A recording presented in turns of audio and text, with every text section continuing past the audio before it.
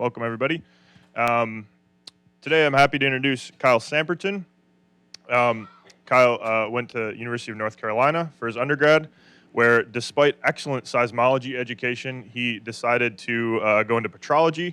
Did an undergrad with Drew Coleman, looking at uranium-lead geochronology of igneous rocks. And he decided he liked that, so he went to Princeton and got a PhD there with Blair Shaney, and then recently finished that a couple years ago and is now a research scientist at Lawrence Livermore in the nuclear and chemical sciences division there.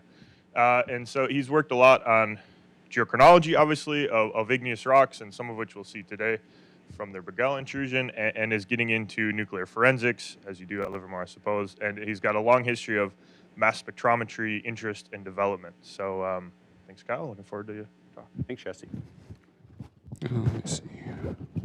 Can you all hear me all right? Is that okay? Well, thanks so much for the invitation. This is a real honor, real treat. So thanks, Jesse, and thanks to everyone for showing up. I apologize in advance if the scope of this talk is a bit ambitious, but I was so excited to talk about all the neat projects and things I've been fortunate enough to be a part of through graduate school and now going into my time at Lawrence Livermore. I wanted to touch a little on each. So let's get right into it. So there's 3 parts to this talk. The bulk is going to be the first 2 items. Item number 1, volcanism mass extinction, and a very sort of high-profile example of this. 2, timescales of crustal magmatism. And part 3 is relatively brief, but it's just a sort of first-order primer on nuclear forensics, radiochronometry, and how tools and expertise developed for sort of pure earth science applications can be applied to problems of national defense, which is a big thing we do at Livermore, which is really neat stuff. First, acknowledgements. There's a lot of people who contributed to the various projects and ideas here. This is just a smidgen of them, but especially want to call out Blair Shaney, my PhD advisor at Princeton, who's just a fantastic advisor and colleague, and my office mate and continuing collaborator many years, Brennan Keller at Princeton, who's now at Berkeley Geochronology Center. And yeah, and a lot of other folks. Okay, jumping right into it. So part 1, the tempo of the Deccan Traps flood basalts relative to the end-Cretaceous mass extinction. So I'd say there are a few questions and problems in Earth history. Won't speak for everybody, but certainly in my mind, one of a handful of sort of Nick Point moments in Earth history, probably the most obvious, especially to lay folks, is the end-Cretaceous mass extinction about 66 million years ago. And if you had to pull someone off the street and ask them, and you just said dinosaurs, this sort of scenario is probably what they would imagine. A giant meteorite crashing into Earth, pterodactyls flying around, things getting incinerated, mass destruction. And while this idea certainly persists, I'm sure folks in this room are quite aware that the geologic record and the coincidence of various phenomena with mass extinctions is actually a little different than sort of the common perception. So this is a relatively dated figure by Cordio and Rennie from almost 15 years ago.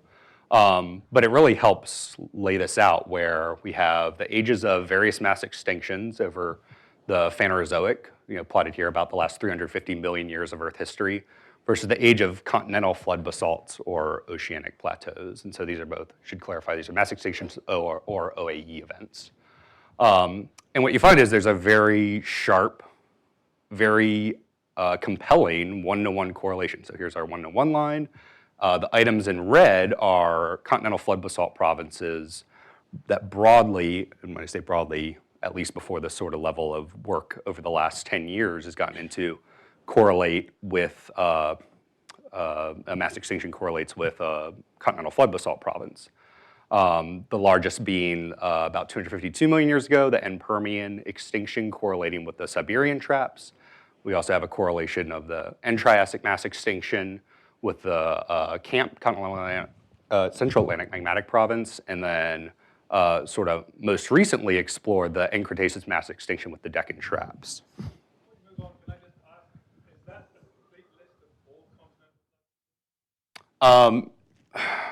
No. So, I mean, that's what I'm saying. Is there a selection effect here where you're selecting continental flood basalts that happen to coincide with mass extinction? Well, I'd have to recall, but I think the other criteria here is by minimum volume as well, cumulative volume, such that you should say, especially the end-Cretaceous and Triassic and Permian, certainly, these are all massive, on the order of greater than 1 million cubic kilometers. And if I remember right, that's one thing that Cortio and Rennie are screening by, which is, we're going to see as we get into the story, volume and eruption rates in particular, that's going to be a very key part of this puzzle. So getting that point, the sort of first order question as we got into this research a few years ago, myself, collaborators at Princeton and elsewhere, was what was the role, if any, of this greater than 1 million cubic kilometer Deccan Trap flood basalt province located in western India in the Western Ghats region? What was that relationship to the end-Cretaceous mass extinction? We know since the work of the Alvarez's in the late 70s, early 80s, that there's appears to be this very tight correlation between bolide impact at the Chicxulub crater in the Yucatan and the extinction as recorded in terrestrial sections, for example, the Hell Creek region in Montana. And as late as the mid-late 80s, it was proposed, albeit with very coarse geochronological constraints, that the Deccan Traps may also had a role to play. And so part of our interest was going to India, doing exploratory work to see if we can't find things, phases that we can date more precisely to better constrain not only sort of top and bottom, when did this thing erupt in relation to the known mass extinction at almost exactly 66 million years ago, but can we actually get at eruption rates throughout the Deccan stratigraphy? And as you can see by these photographs, and this is especially in contrast to, say, the Central Atlantic Magmatic Province, which is composed of 2 or 3 very voluminous, thick pulses, eruptive pulses, you can see, for example, in the stratigraphy here from the Mahabaleshwar region and the southern traps, these very fine scale, these layerings are on the order of meters. And so the Deccan stratigraphy, which is about cumulatively 3 kilometers thick across the entire Western Ghats region of India, is composed individually of hundreds to thousands of small to medium-sized flows. And so the idea would be, are there phases between these flows we can potentially date precisely? And so where this stood as of a couple years ago, we had our first paper come out in 2015, followed shortly by Rennie et al., the Berkeley group. And this is where the data stood. And so this is taken straight from Paul Rennie and et al., showing their ages, which are these argon-argon, whole rock, or plagically separate argon-argon dates into sigma uncertainties, are uranium-lead, which I'll get into the technique a little bit next, these stars and their ages, typically smaller uncertainties, relative to the total Deccan stratigraphy. And what they proposed in this paper was this very, I think it's objective to say, relatively crude model of gradually increasing eruption rates relatively low before the boundary, initiating about 66.3 MA, and then steadily after the boundary, where it is very strongly believed to be corresponding to the Chicxulub impactor, and increasing in eruption rate. So and then in a subsequent paper, Richards et al., they proposed the idea that the impactor actually magnified and accentuated by almost more than a factor of 2 eruption rates in the Deccan province. And so one thing we want to set out to explore is whether is this valid. So, ZIRCON, the chronologist workhorse. Apologize if this is known information to most people here, but just to be thorough, so ZIRCON, it's common, refractory, very robust. The oldest terrestrial materials on Earth are zircons, very high closure temperature. 2 independent decay systems, uranium-238 going to lead-206, 235 to lead-207. And so it basically allows us to simultaneously assess concordance and whether or not our ages are indeed closed system. It excludes lead during crystallization, highly incompatible in the zircon lattice, while incorporating uranium, mildly compatible, which means that unlike just about every other phase datable by uranium-lead certainly, we can, for the most part, assume there's no lead incorporated during crystallization, so any common lead we see as monitored from lead-204 during our mass spectrometry analyses is attributed to environmental lead blank, and so essentially we don't have to make an initial lead correction, which allows us to produce very precise dates. It's also a host of trace elements. That's not going to be important for this first part of the talk so much, but in the second part, it definitely is. And as I just said here, foremost mineral for establishing constraints of both petrologic, see part 2, and Earth history studies, where we're at now.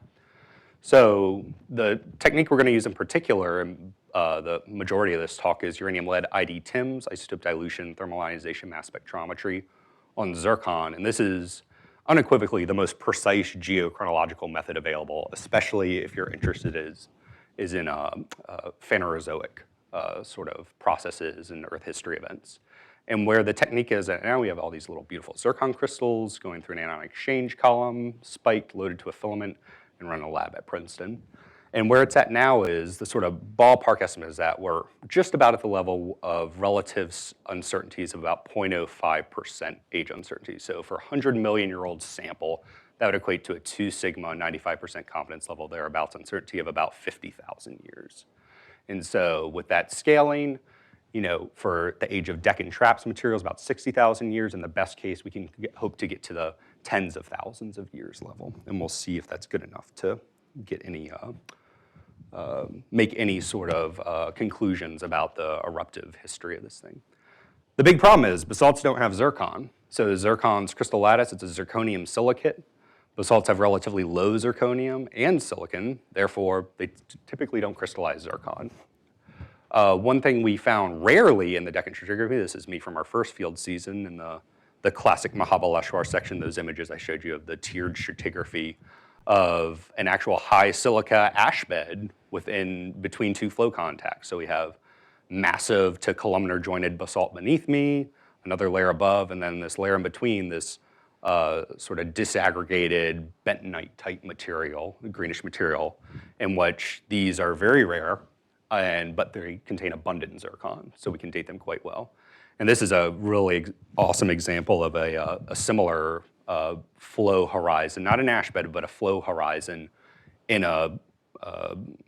basically a temple in more northern India of one of these flow horizons actually cutting through the temple into which Indian natives, I think this temple was 400 or 500 years old, had carved some of their images, and you can see these layers even cutting through the art. So it's a pretty neat intersection of Earth history and civilization.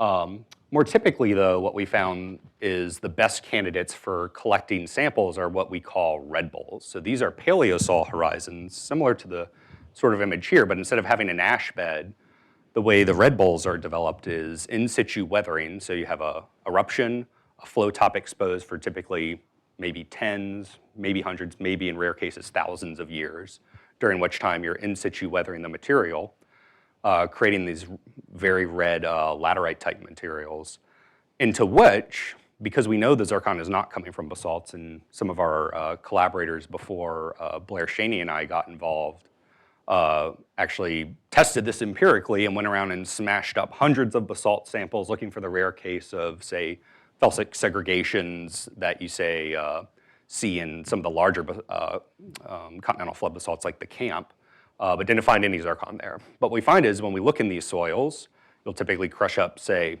5 to 10 kilograms and find 5 or 6 zircon crystals. So you're talking about very low volume abundance of these very sparse minerals in here, but they're there.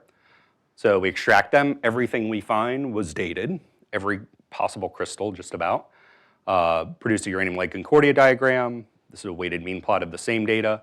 And this is fairly typical, fairly representative of what we'd find in these samples, where typically the range of zircon ages spans hundreds of thousands of years. And I'll get into the sources of zircon age dispersion a bit later, but for now, let's just say that the youngest zircons tend to best approximate eruption age. And I'll talk a little more about that later. But we found that sort of one of our novel findings was by targeting these upper flow contact horizons, these are very excellent candidates to find zircon crystals.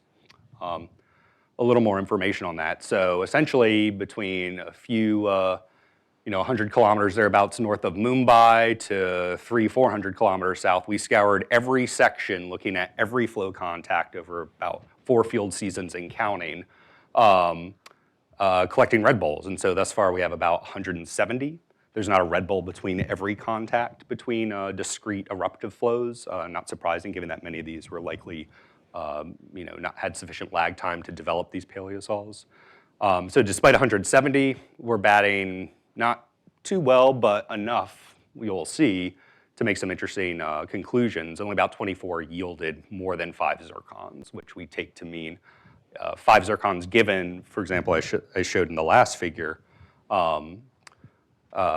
we can expect dispersion in these samples. 5 is a good minimum number to start feeling like we're estimating the true dispersion, although we have, I'm not going to go into them so much today, but we have some new statistical approaches we can get at to knowing that we may not be sampling the full distribution.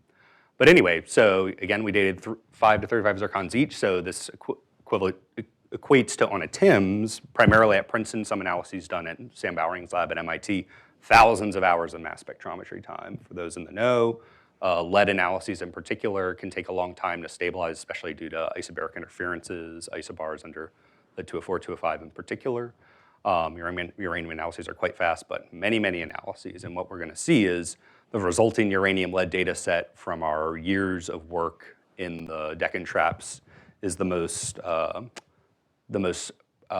densely dated, both in terms of total number of samples as well as number of analyses per samples of any continental flood basalt thus far investigated.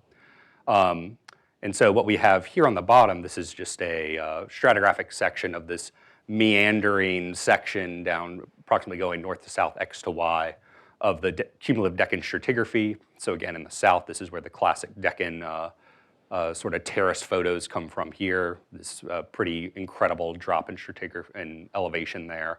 And what we found just empirically was there are many fewer red bowls, more northerly, so deeper in the stratigraphy, hence older. And the ones that are there, they typically have a much lower probability of containing zircon. Again, these are just empirical findings, because anything that potentially would have had it, we've looked. So then continuing, so one of the endeavors of this is what we first have to do is build a composite stratigraphic section. Now, one thing we're fortunate to not have to have done ourselves is define and map the Deccan stratigraphy over thousands of square kilometers ourselves. Both Indian geologists and Indian geologists working in collaboration with Western geologists have, you could imagine, worked in this area for decades.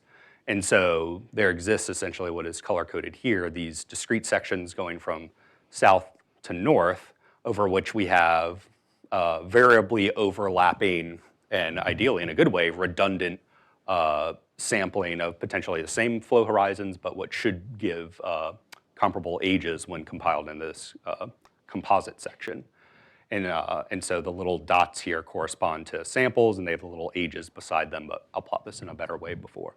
But so the sort of the composite section that's come out of this work thus far is shown here. So again, few samples in the bottom, but we have one right at the base of the main phase of eruptions, going all the way to the top, and we have quite dense sampling higher up.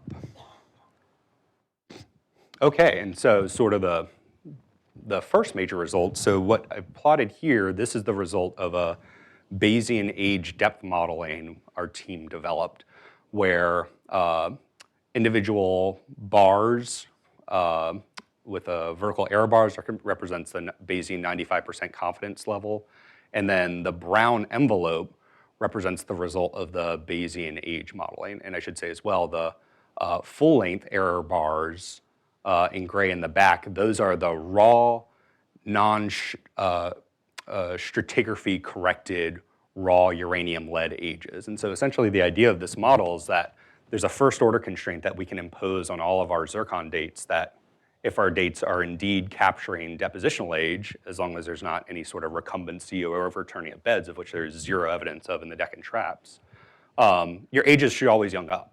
And so this is a constraint you can impose in a Bayesian sense on your raw zircon dates.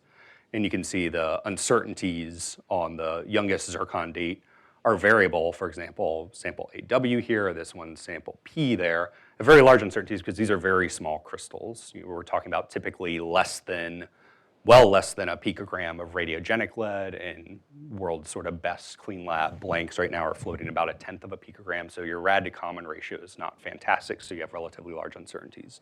But through the Bayesian imposition of stratigraphic younging up, essentially, we can develop a refined age model, which is our brown envelope there. And for comparison, we have a uranium lead date of the Chicxulub impact as dated by the Bowring group in the Denver Basin. And so this is from bracketing ash beds of the iridium layer in the Denver Basin, independently dated by uranium lead, and the age given there. And so you'll see there's something interesting going on. So what we can then do is we can take the output, and so this is done in a Monte Carlo sense, so we have a number of thousands to we have about 10 million Monte Carlo paths defining these Bayesian envelopes. And for each one of those paths, you can calculate, when projected onto an independently determined cumulative stratigraphy volume model, you can get an eruption rate throughout time. And so that's what we have here. So younging from old to young in this direction, we've got eruption rate as cubic kilometers per year. And what you'll see is these are 68, so essentially 1 sigma uncertainties plotted in this way just for clarity. But what you can see is that there are essentially, the first one is a little more slopey, but what we argue to be 4 pulses of Deccan volcanism throughout the stratigraphy. And for comparison, the modern global volcanic production day dominated by mid-ocean Rouge morb production is shown here. You know, there are large uncertainties on this, but they're estimated about 3 cubic kilometers per year total. We see there are these pulses, and 3 of those pulses where you're having intervals of hundreds of thousands of years, or tens of thousands of years at least, where the contribution from Deccan eruptions alone is much greater than the current modern volcanic production. Moreover, very interestingly, the largest pulse we see seems to correlate very tightly, leading straight into the Chicxulub impact date, and again, which most researchers believe to be directly correlated with the major phase of extinctions itself. So this is very compelling to us. Moreover, there's a lot of interest as well in applying both conventional and new environmental degradation proxy data to these sorts of records, and so collaborators Gerda Keller, Thierry Dot on our team have preliminary mercury concentration from one of the classic expanded KT sections in Elis, Tunisia, and this is their magnesium isotopic data normalized to total organic carbon to normalize for the scrubbing effects of mercury fallout in the water column. And what you can see is a very compelling correlation with our uptick of eruption rates, increasing mercury concentration, which should be said is a proxy for outgassing environmental degradation, seems to be correlating very interestingly with this phase of the Palladper formation eruptions. And just to go back to show that Palladper formation, that would be this one here. So this one that's representing about a quarter of the total Deccan volume. So that's where we're at. So the lessons here, high precision dating flood basalts is possible. We are definitely not the first to do this. But we're finding, especially over the last 10 years with innovations in uranium lead geochronology, lower blanks, improved methods. Uranium lead of ZIRCON is a viable method to date these essentially big piles of basalt that tend not to have ZIRCON. Our results indicate that the traps erupted in 4 pulses, each about 100,000 years in duration, separated by hiatuses of approximately equal duration. So this is consistent with sort of anecdotal suggestions for how flood basalts have erupted for many years, where yes, it was known for many decades that these things erupted on the total over the time frame about 750,000 to 1 million years, but that there is this fractal type scaling where there are these more pulsed events, and so that the average is representative, but you have these phases of enhanced eruption. The other interesting thing is that the Chicxulub impact, going back to the Rennie et al. And Richards et al. Impact accelerating eruptions hypothesis, is that this is not what we see. You can see that, if anything, right after the eruption, there's a lull of about tens of thousands, if not 100,000 years, after which there seems to be independently a pulse. So these things seem to be disconnected. So our data would suggest there's no causal relationship between impactor and increase in eruption rates. At this point, though, while some of the environmental proxy data is getting at this problem, the large uncertainties in volatile release, essentially right now we're assuming that all things being equal, given amount of basalt erupted earlier in the stratigraphy is equates to the same amount of volatile releases later, and that we, that's a poor assumption likely. This is something that would ideally in the future be investigated. So this is limiting our understanding of how the environmental impact of these apparent major upticks in eruption rates could have impacted the environment and the potential contribution of volatile release from eruptions versus the impactor event. But this now means we can ask more quantitative questions about volcanism now that we have this age model, and which we couldn't do before. So this is exciting work. It's in review right now, and we're eager to hear back. So change of pace, and I guess end it. So again, going back to sort of my straw man at the beginning, this perception of most people of dinosaurs, KT extinction, what's going on, of this view, there's this complementary view that, maybe it's a 1-2 punch sort of thing, maybe, deconvolving the contributions of impactor versus eruptions. It's not known, but it seems clear to us that the sort of the coincidence of these two fairly non-uniformitarian events is quite fascinating and suggests a role of both in the event. Yes? So you're saying, I thought that zircons don't form in the basalts, but measuring zircons in the soil horizon. Yes. Where do those zircons come from if they're not from the basalt? If they're not coming from the basalt, So our best, So our best understanding is that these are coming from contemporaneous, probably cinder cone type volcanic eruptions that would have been coincident with these massive basalt outpourings. So there's tentative evidence in the northern Deccan towards the Malwa Plateau of, so this is the main province that are sections down through up here, that these things were ongoing, coincident with the eruption. so these are wind blown. Exactly, exactly. So the other important thing is, this is at the time that these were erupting, this would have been a high stand, topographic high pile of basalt moving through the tropics prior to collision of India with the mainland Asiatic continent. And One other thing is that how long does it take to evolve to one of these zircon producing time lag between the basaltic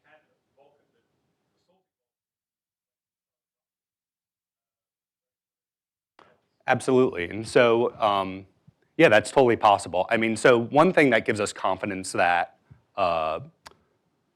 we believe these are accurately capturing or estimating the deposition of or the lag time, or the time of hiatus between underlying and overflowing basalt layers is that if you look at the raw data, and it's a little obscured here, generally what we see is there are relatively large uncertainties, again, given the analytical challenge of these measurements. But what you find is that broadly, within uncertainty, prior to applying the Bayesian stratigraphic imposition constraint, that ages young up. So that makes us think, like, okay, these things aren't being recycled. These are, accurately recording it, and the Bayesian approach should. What I was asking for is, if there's a time lag between the basaltic eruptions and you make the solution melt, could your whole trend be shifted by 50,000 years to the right? In which case, the coincidence of your pulse and magnetism and die off of the dinosaurs would be. It's possible. I mean, the fact that it would be interesting to have a sort of constant systematic bias like that across 24 samples throughout all the stratigraphy, but it's entirely plausible. Yeah, so this is very much a work in progress, and this is really on the cutting edge. We're only just now getting a data set that's sufficiently dense, sufficiently, thinking about new ways how to incorporate, say, stratigraphic information.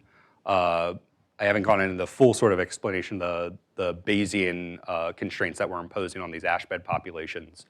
But just trust me when I say that, we're only at the stage now where we have enough data, this sort of data set, where we can even start assessing those sorts of assumptions that you're talking about that we've been safe making for a long time, which, given both the absolute precision and the level we're able to correlate these things with, that's actually true. Yeah.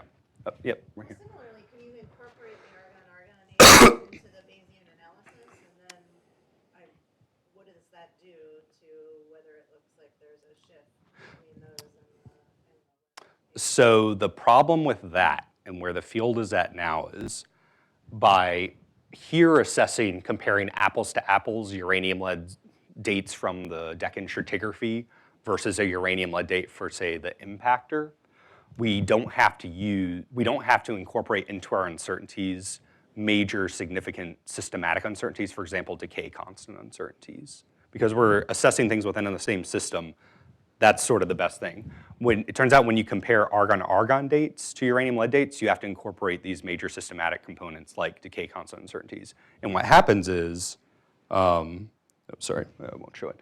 The argon-argon uncertainties basically blow up and become significantly larger than the uranium lead uncertainties. And so it essentially hinders that comparison. So it's not useful to us because we have to incorporate this as yet excluded source of uncertainty in proceeding with that analysis. Yes? Final slide.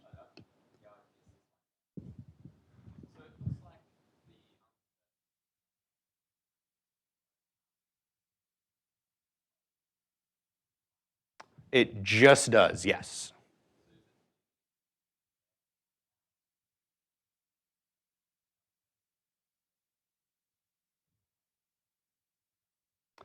Well, I'd say the one issue with that is that, yes, the very precipice of this does overlap, but we also have this interval where we're ramping up in the preceding few, 50,000 years or so, which is well before that. So it's possible, but where the Richards model breaks down is that, yes, we're overlapping just at 2 sigma with this peak here, but then we have this entire interval. This thing is not accelerating, running away after the impactor. And that's a critical part of the Richards model, is that not only at the impactor are you having a pulse of volcanism, but that you're having sustained eruption rates afterwards running away. And we're definitely not seeing that. For example, the sort of thing they were proposing in the Rennie et al. Paper, where you're just running. I mean, again, this is at, the scaling's a little different here, but yeah, we're not seeing that. But it's possible, yeah. I'm sorry?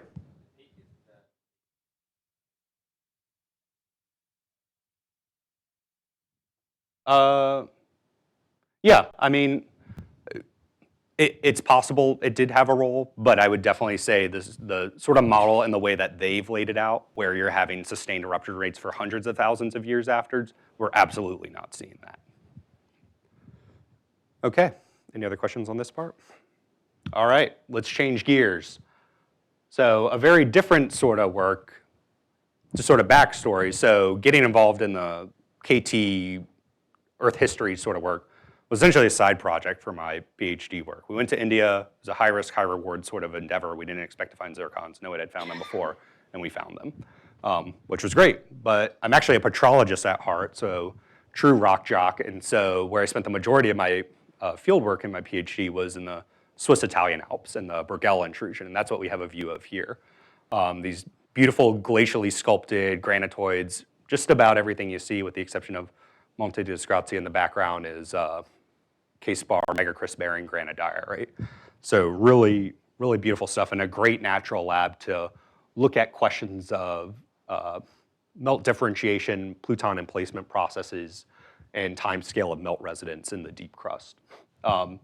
So just to quickly go through, since we're a little short on time, the sort of first order questions this project was looking to answer was, where does differentiation occur in the crust? Where do we go from a bulk mantle composition, segregate out more evolved, high silica, incompatible element enriched melts? How long do these differentiated melts reside at the crust at different emplacement depths before solidifying? What is the nature of the relationship between volcanic and plutonic rocks? This gets at that a little bit, but not directly. And moreover, what are the dominant magma transport and emplacement processes? And really, to answer these sorts of questions, you need comprehensive field, geochronological, geochemical, and modeling perspectives. And so I'm going to touch on all these briefly and how we're trying to take this holistic approach, which we're definitely not the first to do this, but our sort of recipe for how to answer these questions. And so very broadly, there are 2 end-member flavors of how evolved magmas act, the nature of them in Earth's crust. One that's very popular for explaining the evolution of volcanoes is this crystal mush model, where the way you have bulk melt evolution within the crust is you have a relatively primitive magma intrude into the crust, begins crystallizing, almost like a sponge. You reach a critical point at which you can extract off the residual melt, and you can say have a high silica ignimbrite eruption in the western US, for example, from a place like Yellowstone. And what this sort of model implies is you have high percent melt volume at any one time, essentially the classic view of magma chambers. Your textures are primary in the sense that you can use the orientation of phenocrysts as flow indicators or lattice strain indicators.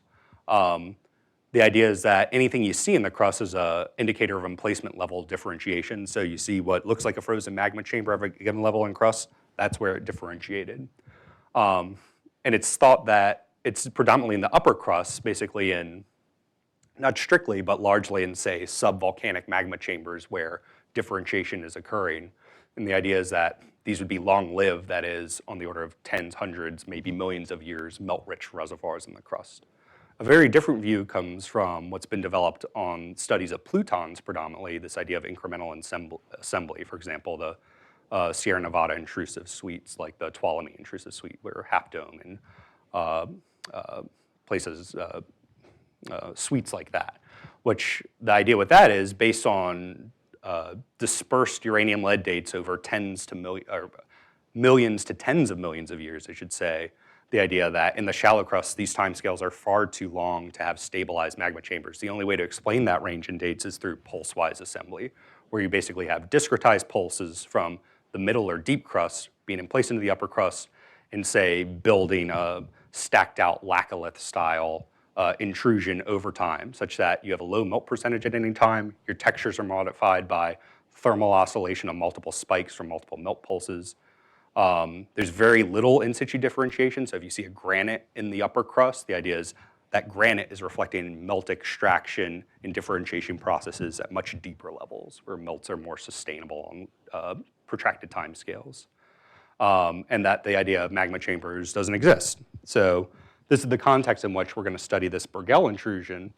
And getting back to ZIRCON, I alluded to it a little bit in terms of dispersed ZIRCON dates in talking about the KT extinction, but we're going to use that dispersion much more directly in this study. There's a few examples I like to show these figures of tree rings, fish otoliths, a ZIRCON, Deccan stratigraphy, with the idea that if there's any take home I'd have to take from my research, it's that very few geologic processes are instantaneous. For example, ZIRCON crystallization. And these zoned crystals provide an archive to reconstruct processes of interest, because these things, as you would expect or grow, retain heterogeneity that's reflecting the changing conditions over which, say, a crystal stratigraphy zone trees are developed. Also, since I'm at the geophysical lab, I couldn't help myself.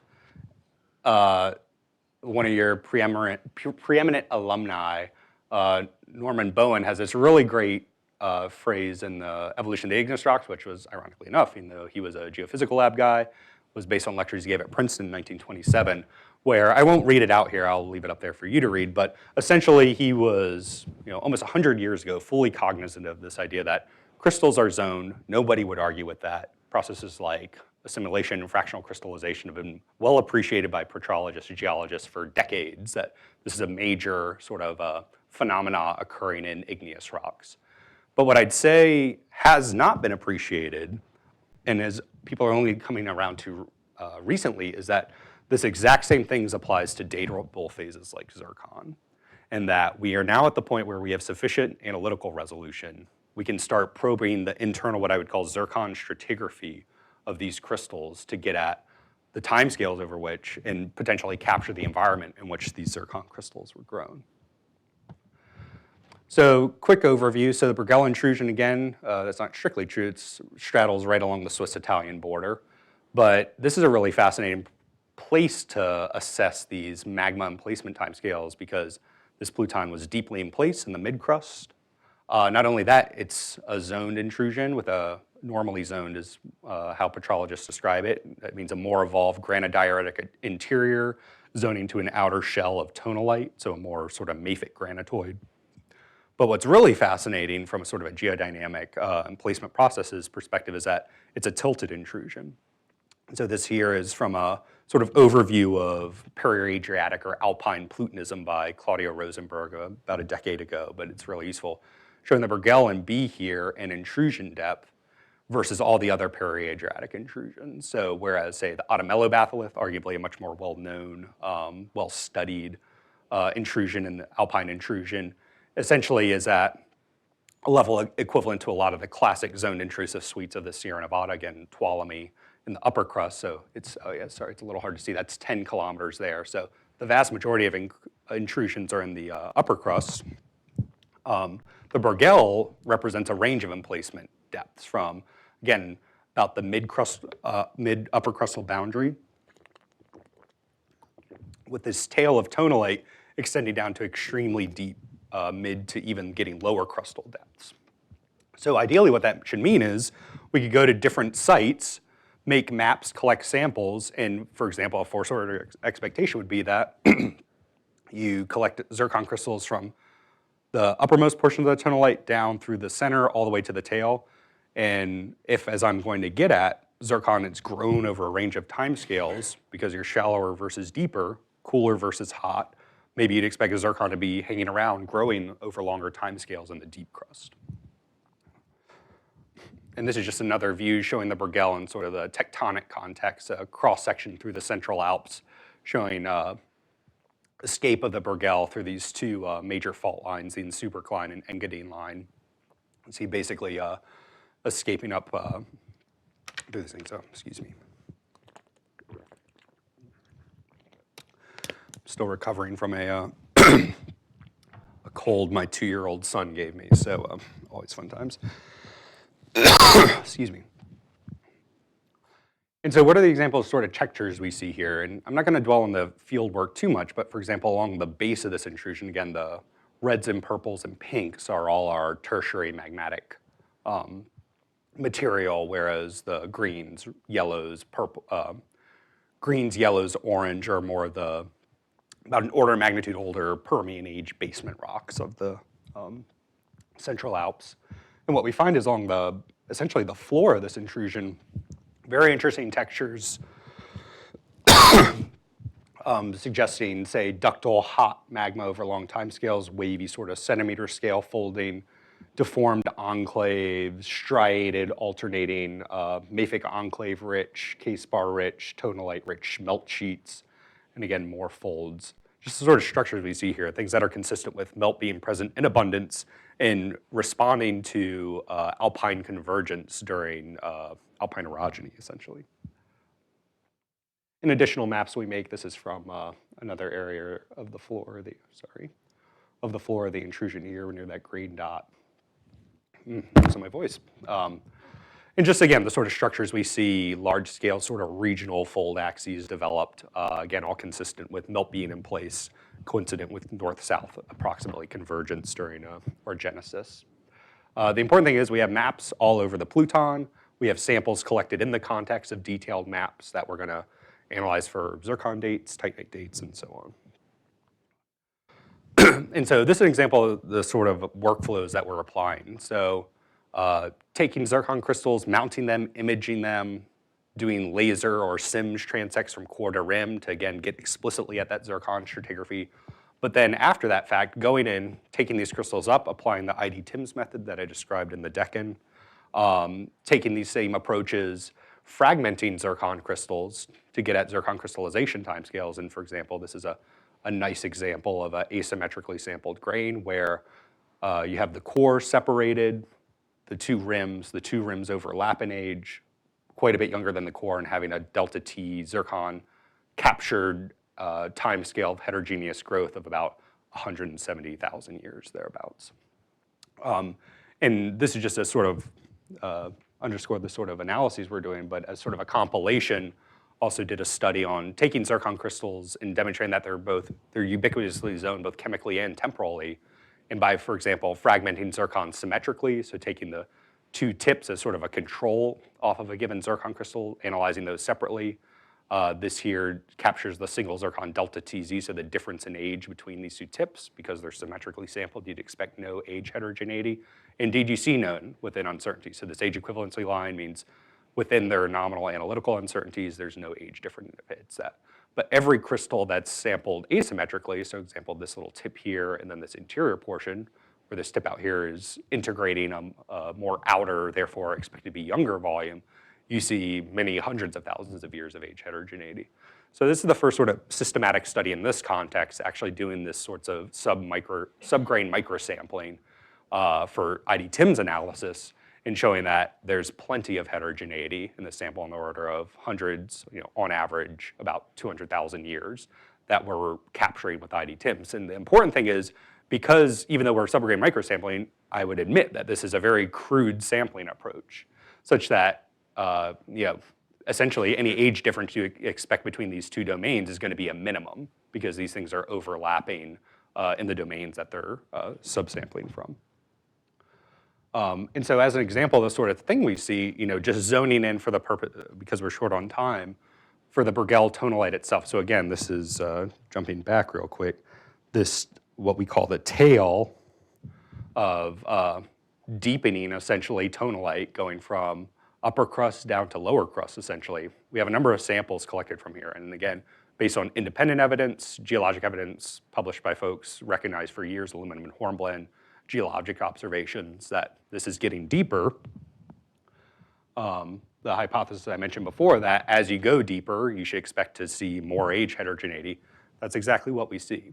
The other nice thing is that another group at Albrecht von Quat's group at ETH dated boulders in what's called the Como Malas. So Lago de Como is one of the big lakes where George Clooney and all his friends hang out just to the south of the Bruegel. There's a molasse basis there that's been collecting detritus from unroofing and uplift of the Alps since these rocks were in place. And there you have a bunch of tonalitic boulders. So they pulled those out, got very young, very low pressure aluminum and hornblende pressures, and based on textural mineralogical correlations, they correlated these boulders as essentially representing even higher level in place tonalites that aren't captured here. So I understand you may be in any other geologic context hesitant to ascribe essentially boulder detritus and correlating that back to in situ rocks. But the nice thing is, and one thing that's very unique about the Alps is there's very little alpine plutonism volumetrically. I don't have a map on here, but if you look at sort of the entire alpine origin, only a fraction of a percent of the total exposed area corresponds to tertiary magmatic rocks. There's nothing even close in this area that is a tonalite that gives, moreover, ages that they dated independently of these ages with these aluminum and hornblende pressure dates. So let's just take them at face value. It's a relatively limited data set, but it's still useful for the purposes of exploring relative trends with depth throughout this intrusion.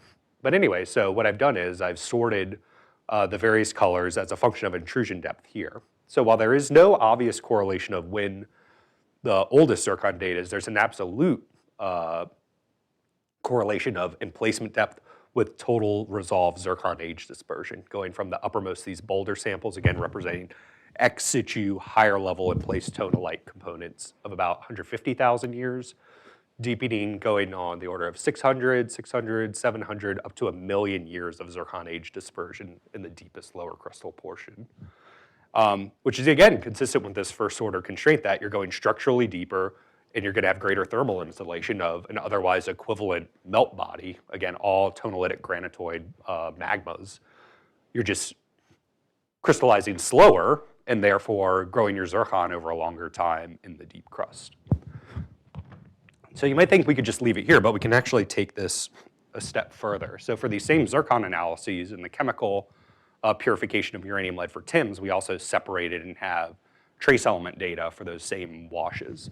And there's some very interesting things you see. So for example, certain geochemical proxies, say thorium uranium, you see at the scale of a given hand sample, these are those exact same tonalites, strong hand sample dependent quasi-linear to subparallel trends in thorium uranium decreasing over time.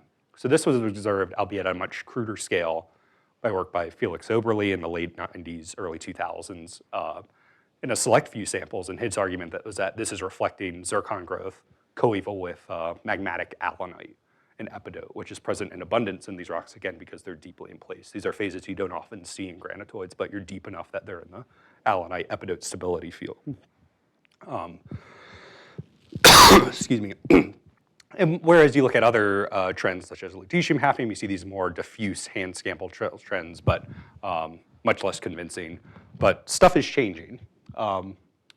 Moreover, we could also take this a little further. So the idea is that with slow cooling and sufficient analytical precision, we should expect to resolve uranium-lead zircon age heterogeneity. And this is backed up by, for example, models developed by Bruce Watson in the 90s, zircon crystallization curves looking at zircon growth rate as a function of temperature, these very simple 1D zircon growth diffusion models, such that, moreover, you should expect that this is a scaled temperature from T over T max. So this would be at high temperatures, your magma is in place in the crust cooling, you hit zircon stability, you very rapidly begin crystallizing it, predominantly because of the limits imposed by, at lower temperatures, reduced zirconium and melt diffusion. At much lower temperatures, because zirconium, which is a relatively slowly diffusing cation in silicate melts, it essentially doesn't diffuse fast enough to the zircon boundary in the melt to crystallize more. And so this is a log scale too. So essentially what you expect is these very steep initial zircon curves going down gradually until you consumed all your melt and your rock is solidified.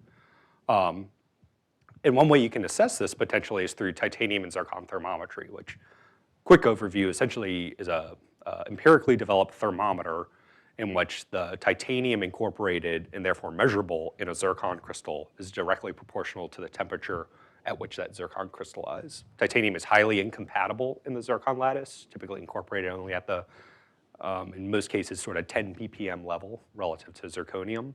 And therefore, and because it's incompatible, at higher temperatures, you're going to be able to accommodate more of this relatively incompatible titanium into your lattice, such that you expect at high temperature zircon crystallization, you have abundant titanium incorporation. At low temperature, you have very little. So this is something we're going to take advantage of. So what we did for two of these tonalite samples, again, color-coded the same two tonalite samples I showed you previously. So we have these same thorium-uranium TIMS spectra, decreasing in age here, so going from about 32 to 31.2. And so these are ages, so these very clear what we call differentiation trends seen in two samples. For these same populations, we mounted them and performed titanium and zircon thermometry by SIMS. And so that's what we have down here. And so essentially you have titanium temperature also plotted against thorium uranium as measured by SIMS. And so they span the same range in thorium uranium as the TIMS measurements and have these correlations where, as we see with TIMS, you have this negative correlation between thorium uranium and age, such that older ages have higher thorium uranium decreasing over time. Similarly, you have higher temperatures negatively correlate, you have temperature negatively correlated with thorium uranium, such that at higher temperatures, higher thorium uranium decreasing over time. And so we're able to leverage these two complementary analytical techniques to say these things are actually capturing zircon growth over a broad range of temperatures coeval with crystallization under cooling, and that's actually captured in the zircon crystals. This is just another way to plot this. So these are the same, these are PDFs, so the distributions of zircon temperatures within a given sample compared to customized melt simulation outputs that our team developed, binned by magmatic water content. That's obviously a large control on any sort of thermodynamic simulation of fractional crystallization.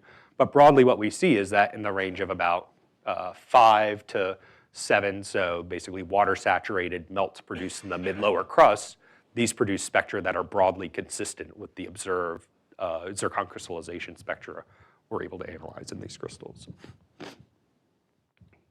And this is just another way to plot all these various things, the Watson model, our melt models, Burgell, titanium, and zircon, and the uranium-lead spectra on a single plot normalized to time or temperature, the cumulative zircon crystallization, so showing that broadly all these different sorts of proxies are recording the same thing. Basically abundant zircon crystallization initially, tapering off as you approach the solidus. So to end, well, so quickly then, this means that zircon age spectra are primary records that we could use to inform numerical simulations of models being in place and cooling in the crust. And so again, going back to our tonalite data set, we should be able to build a comprehensive numerical conductive cooling model that can explain this uranium lead data set. And so there's a few considerations for building this model. The first one is that the current intrusion width, and for the purpose of the intrusion, we're going to limit that to the tonalite. The current intrusion width does not equal the original intrusion width. And again, because north is going, where's my north arrow? Going north-south is this way, the emplacement of the tonalite magma batch sheets were essentially directly orthogonal to the direction of convergence during our genesis. And so this has been thinned and sheared over time. So that's something to keep in mind. Just to go through it quickly here, there's independent evidence, radiogenic isotopes, strontium, neodymium, oxygen isotopic evidence published in the 80s and 90s that of heterogeneity throughout this, section that was argued independently before we came on the scene for emplacement of the tonalite as multiple discrete magma batches. And finally, obviously, as I said, a valid model must satisfy the uranium lead spectra throughout the tonalite. So the model we're going to use for this is we're going to adapt the model developed by Catherine Annan, John Blundy, Steve Sparks, and others at the University of Bristol for their deep crustal hot zone simulations and subsequent models, and a whole slew of papers they've done, which is essentially emplacing melt sheets as discrete bodies within the crust, building up an observed intrusion, either as single pulses, multiple pulses, whichever geometry you want, and sort of the key conductive heat flow equation that governs this simulation. But broadly, one way to imagine is that this is just for the purpose of schematics, imagine, say, a simulation where we're going to place a melt sheet into the middle crust, and you say, model starts at time 0, goes to time about 150,000 years or 100,000 years, I forget exactly where on here. You can place a melt sheet, your melt fraction at that location in the model increases, and you begin cooling. You can also see this in temperature space. So this is simulation, you have a 1,000-degree melt sheet being in place in the crust. That begins cooling conductively back to the ambient geothermal temperature, to the temperature set by the geotherm, I should say. And what you find is you reach a window, so you have your temperature of emplacement begin cooling. We can then use the ZIRCON, bulk rock ZIRCON saturation equations developed by, again, the Watson group and others, to calculate empirically at which point zircon should begin crystallizing in the fashion that was described previously, where again you have a pulse tailing down to the solidus because of diffusive limited zircon growth. And you can therefore, through a model, say, for this very simple schematic simulation, you have an expected duration of zircon crystallization of about 300,000 years. So we're going to build a more complicated model to try and capture all the sort of geology that we're describing here.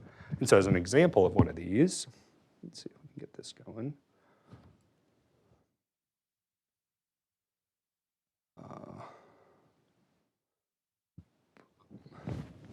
So this is going to be a multi-pulse emplacement model that we're going to see here. So this is the time in the simulation. What we've got here is temperature isotherms, melt fraction isotherms, and then the cumulative total magma volume. This is, I would ignore this for the most part now that I think about it because it's a little abstract. This is actually a 2D simulation I'm running for the purposes here. But this model I'm actually running now it's kind of let the cat out of the bag. This is going to be the emplacement model that we ultimately find perfectly satisfies the observed duration of zircon crystallization and relative emplacement timescales. So I'll run it again. And the key part is you have multiple melt pulses, and we should note that, so this is depth of emplacement, so this is quite a large scale, going about 30 kilometers here. The radial scale here only goes from 0 to 4 kilometers, so if this was scaled proportionately, it'd be a very high aspect ratio emplacement model, representative of the intrusion geometry that's reconstructed based on what we see today, factoring in placement processes. And so the important part of this model is that through a multi-pulse model, depending where you're at in the crust, so throughout that tonalite crustal section, say a sample here, here, here, here, they're going to have, through multi-pulse building up this comprehensive melt sheet, different initiations of zircon crystallization, different timescales of crystallization, because again, you have your geotherm, so quite hot temperatures in the mid-lower crust, relatively cool in the upper crust. And so again, they're relatively, when you get down to it, straightforward simulations, but it's our first attempt at actually trying to explain numerically, explicitly observe uranium, lead, zircon spectra with a model. So let's jump right to the results.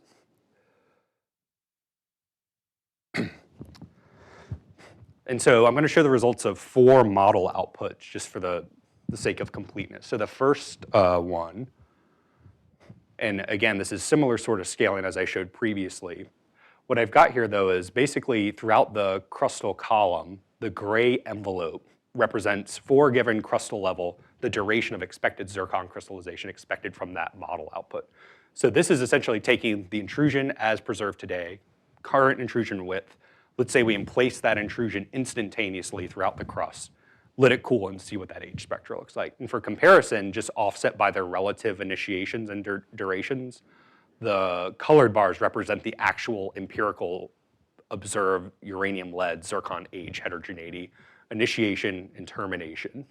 And the first thing is from this bulk emplacement model with the current observed geometry, you can't explain, you don't even come close to explaining the deeper sample age heterogeneity or relative offset in initiation of zircon crystallization. What we can then do is slowly begin changing the model inputs and say, we're still gonna have bulk emplacement, but we're gonna restore the width by some conservative factors as outlined here, for the most part, except for the very deep tail, which is extremely deformed, less than factor of 2 increases, and for the most part, less than a factor of 1.5 of the initial intrusion geometry.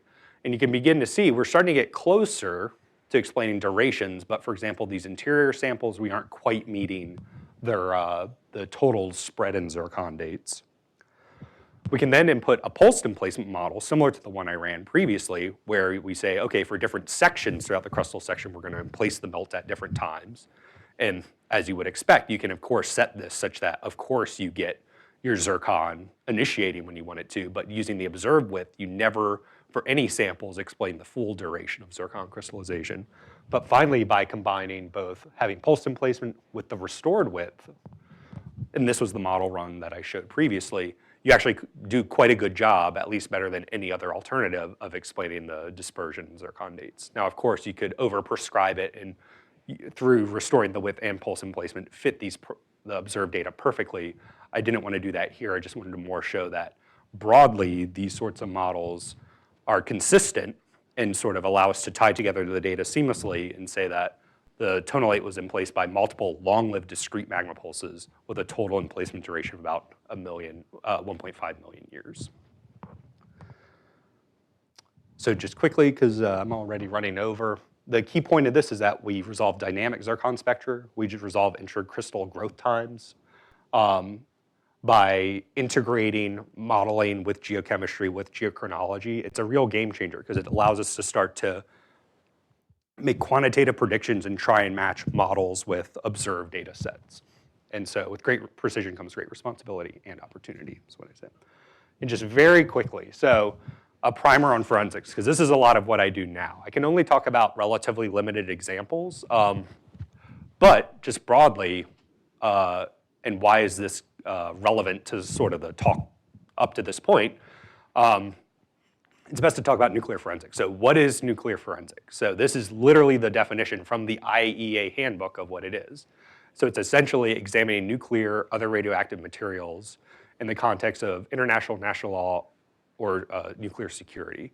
And the goal of forensics, nuclear forensics, is just like a conventional forensic investigation where you're attempting to identify what the material is, how was it made, when, where the materials were made, and what were their intended uses. And so there are a broad swath of questions here. And what's been observed empirically is that the sort of expertise and know-how developed through a geochemist education is actually perfect in practice for answering these sorts of questions. And so, for example, at Livermore, we're satisfied as what's called a BSAP laboratory, which is unfortunately a nested sort of abbreviation. So BSAP stands for Bulk Special Nuclear Material Analysis Program. And it's an interagency program sponsored by the Department of Energy, Department of Homeland Security, and the FBI. And the two BSAP-approved labs, Livermore and Los Alamos National Lab, perform forensic investigation for casework, other samples, anything that the government might need.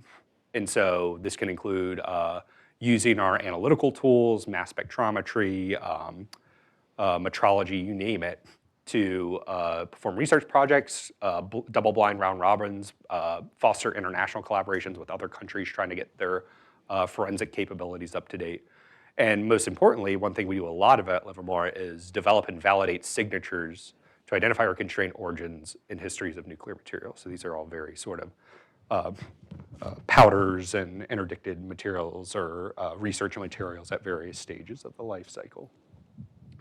And what's sort of most important is that a broad range of analytical methods, so any method you can imagine in the geochemist or analytical chemist toolbox is used at places like Livermore to do these sorts of investigations. And so this consists of both non-nuclear forensics, so more conventional forensics, determine the origin of any like paper, wax colorant, fingerprinting, trace organics.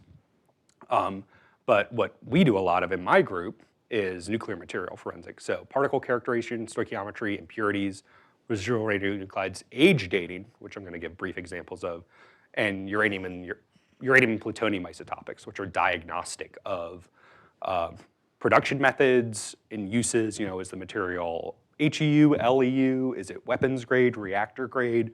These are important things that the government needs to know in the case of an interdiction. And so briefly, so radiochronometry. So the model age of a nuclear material is a powerful signature for nuclear forensics. So just like with the ZIRCONs, you have a parent nuclide decaying over very long time scales to ideally stable daughter products. The same thing's happening in any sort of nuclear material. Uranium, plutonium, it's even better in that case for the purposes of the analyst because as opposed to a ZIRCON that has 100 ppm uranium, you're dealing with uranium oxide that is 88% uranium. And so there's plenty of ingrown, even over the time scale of weeks to months, even days, ingrown daughter product that in theory allows you to fingerprint the origin and age of that material.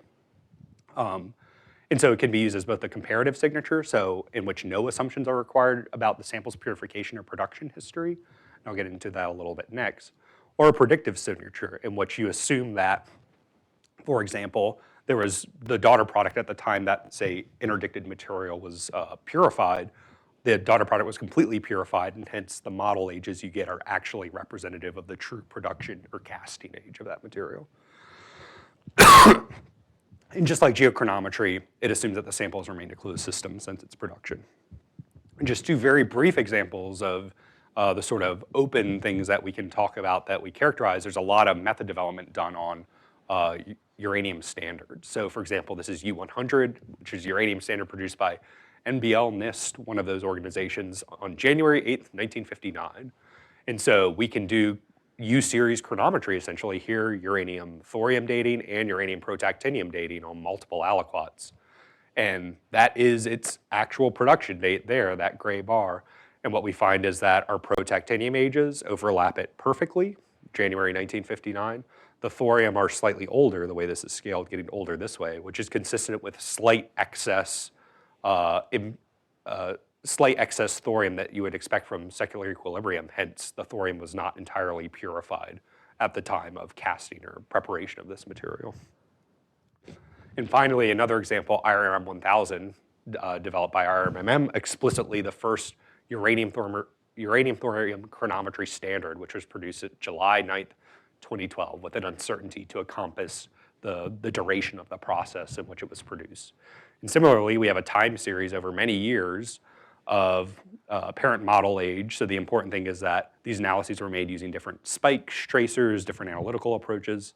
But what we find consistently is that the two model ages produce reproducibly discordant ages, where the thorium ages, for which this chronometry standard was certified for, always come in. So that uncertainty, July 9, 2012, plus or minus 13 days, is that bar there. The mean thorium age for our group comes in right on that value.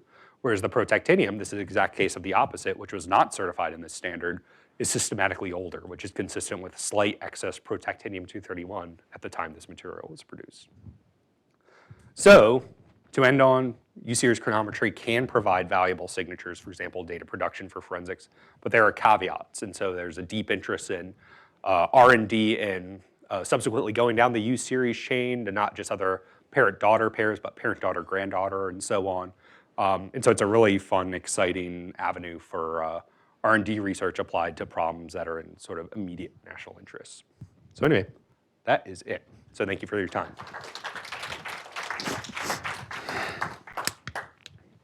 Questions?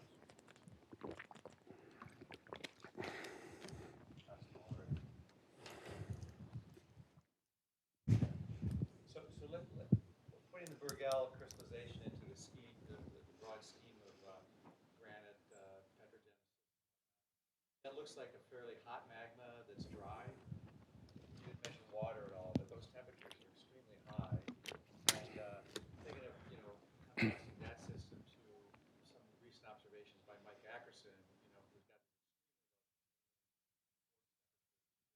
systems that look like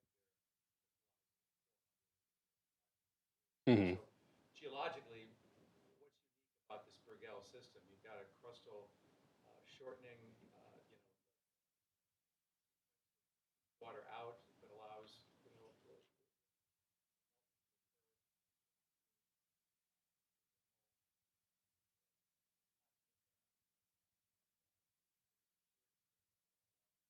how does it work? Well, so to clarify, we don't think the melts are that dry, actually. So what you're right. In these sorts of simulations I've shown here, the initial emplacement temperatures are quite high. What we find though is these durations that we get are actually not that sensitive to emplacement temperature. The much more important control is initial intrusion width and emplacement depth. And so dropping the emplacement temperature from 1,000 to 900 to even 800 changes these trajectories minimally. So I should say that, because what we find is from the ZIRCON analyses, going back to the direct thermometry, is that to match at least melt simulations, now MELTS has all kinds of caveats and issues, of course, but it's the one thing we can systematically compare to, is that at least the intervals over which ZIRCON is crystallization, it appears to us that if anything, these melts are quite cool. Quite close to water saturated, or at least have appreciable water. I saw another hand back there, I thought.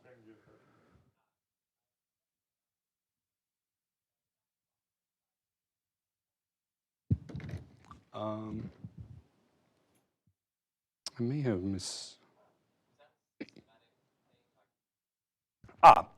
so what I meant to say there was yeah, it's a little misworded there.